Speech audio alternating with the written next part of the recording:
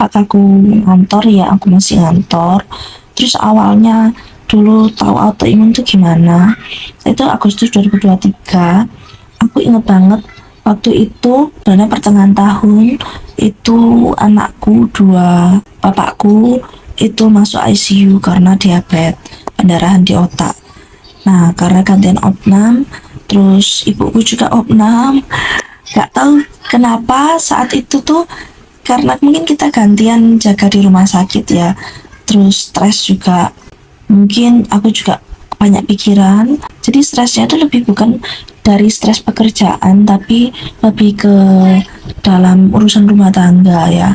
Yang paling bikin aku stres tuh ya ketika anakku sakit itu dapat, dan kebanyakan mama pasti ngerasain itu ya. Cuman emang ini kebetulan anakku gantian sakit, orang tua aku juga gantian sakit, dan bapak aku sampai masuk ICU, dan banyak sekali biaya yang tidak tercover BPJS yang menyebabkan aku harus berhutang ke sana kemari pada saat itu. Dan itu nominalnya cukup besar, dan bahkan sampai gaji aku sebulan ditambah gaji suami aku itu udah nggak bisa ngover itu gitu. Jadi, dan aku memanage keuangan rumah tanggaku sendiri gitu. Aku rasa titik baliknya itu aku sempat opnam seminggu di rumah sakit BPJS, rumah sakit angkatan udara tipe C saat itu. Setelah seminggu kan rawat jalan, ketika obatnya habis itu aku mulai sesak nafas ya. Ada satu obat itu yang karena kehabisan di rumah sakit itu tidak kunjung datang. Akhirnya aku ngatasin sesaknya pakai oksigen, karena saat itu aku kan belum tahu kalau aku autoimun ya. Padahal aku nggak punya histori asma gitu, tapi memang aku punya sepupu yang asma, tanteku juga asma. Jadi ya aku pikir ya, oh mungkin baru muncul asmanya. Jadi aku selalu bawa oksigen kemana-mana. Suatu saat 3 hari berturut-turut aku merasakan sakit kepala itu nyeri. Jadi bukan migrain ya, nyeri kayak ditusuk gitu, dan itu berpindah-pindah. Dan itu aku sehari 3 kali sudah minum paracetamol 500 mg, tidak berkurang sama sekali. Kadang kan kalau minum terus berkurang, habis itu efeknya hilang, pusing lagi. Ini enggak, setelah aku minum tidak berkurang sama sekali pusingnya, sampai akhirnya kaki aku bengkak sampai sakit dipakai jalan. Itu aku posisi masih naik nyetir motor ya, di kantorku di daerah Pakuwon City sana Surabaya.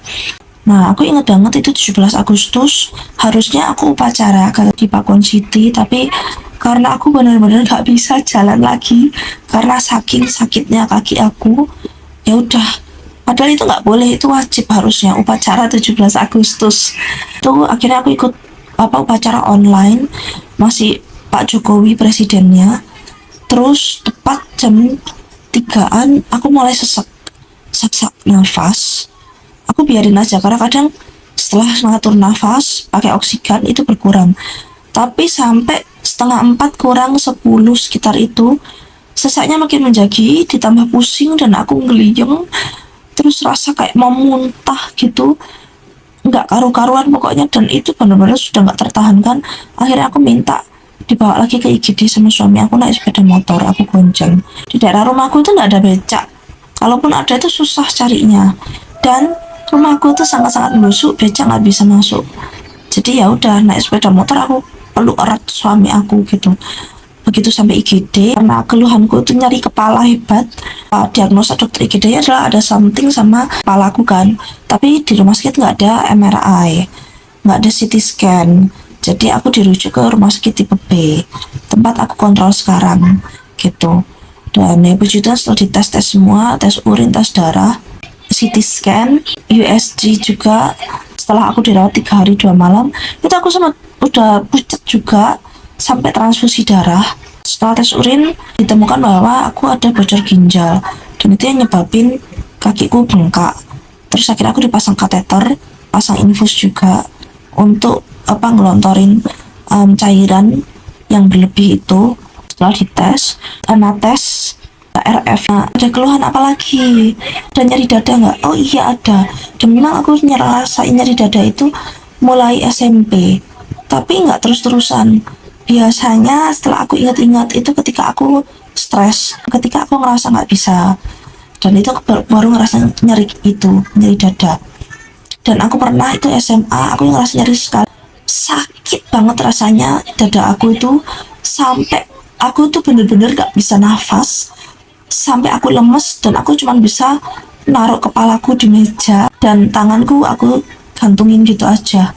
Itu ada 15 menit lebih sampai dingin tanganku, kakiku. Aku cerita ke dokter, ada bocor ginjal itu juga, dan fix hasil tes juga positif. Waktu itu diagnosanya adalah SLE karena kan nggak terkonsentrasi ya, sistemik gitu dijelaskan waktu. Dan aku sempat kena COVID ya. Dan sejak itu aku ngerasa badanku itu I'm not okay gitu loh. Tapi kalau aku ini BPJS kan nggak bisa ya kita, dok tolong aku di CT scan, atau dok aku tolong dites total gitu, nggak bisa kan ya, harus dengan rujukan.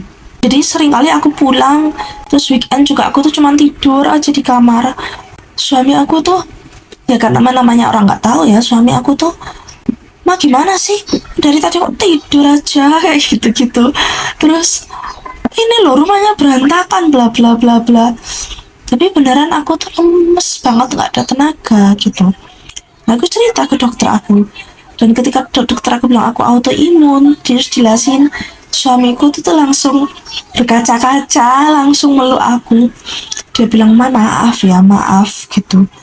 Ya, namanya gimana ya, sama-sama nggak tahu. Saat itu kita udah tahu, kita juga bingung harus gimana gitu. Dan ketika aku scrolling di Google, di TikTok, di Instagram, yang ada itu kok aduh kok gini ya, aduh kok gitu ya. Dan kebanyakan itu kan sharing autoimunnya itu dalam tanda kutip itu hal-hal yang membuat semakin depresi gitu-gitu kan nonton. Jadi ya benar-benar aku waktu itu benar-benar depresi, dan aku memang mengira umurku nggak panjang, walaupun setelah googling ada yang hidup sampai umur 55 gitu misal. Umurku sekarang sudah 35. Ya, tinggal 20 tahun lagi dong waktuku gitu. Jadi kayak ya walaupun harapan hidupnya panjang, tapi tetap aja nggak mungkin aku nggak akan bisa sampai jadi nenek-nenek, bisa ngeliat cucuku, cicitku kayak gitu. Aku udah mikirnya tuh aneh-aneh gitu loh temen-temen. Ya itu sih yang aku rasain waktu pertama kali aku tahu autoimun dan apa yang dirasain suami aku. Buat sobat-sobat imun yang mungkin ada di sini atau keluarganya mungkin atau teman-temannya, boleh deh kalian share ya di kolom komentar ya, apa yang kalian rasain waktu kalian pertama kali tahu kalian autoimun. Tiap mendekati ulang tahun aku tuh nggak tahu kenapa selalu ngedrop dan selalu opnam, dan aku tuh kayak selalu deg-degan, aduh ada diagnosa baru apa lagi nih gitu. Karena aku juga tahu ternyata autoimun itu unik ya, nggak kayak penyakit lain, dia itu bisa ganti jenis dan juga dia bisa nambah. Bahkan ada beberapa sahabat ODAI itu mereka tuh bisa punya 2 bahkan sampai 7 jenis autoimun sekaligus gitu loh. Aku aja yang punya cuma 1 jenis, kita udah ngerasa nano-nano ya, apalagi yang kayak gitu. Kalian keren ya, kalian hebat. Akan sharing ya pengalaman kalian di kolom komentar supaya membuat sahabat yang baru didiagnosa atau yang punya keluarga baru kena diagnosa autoimun, mereka bisa mendapatkan kekuatan juga dari sharing kalian.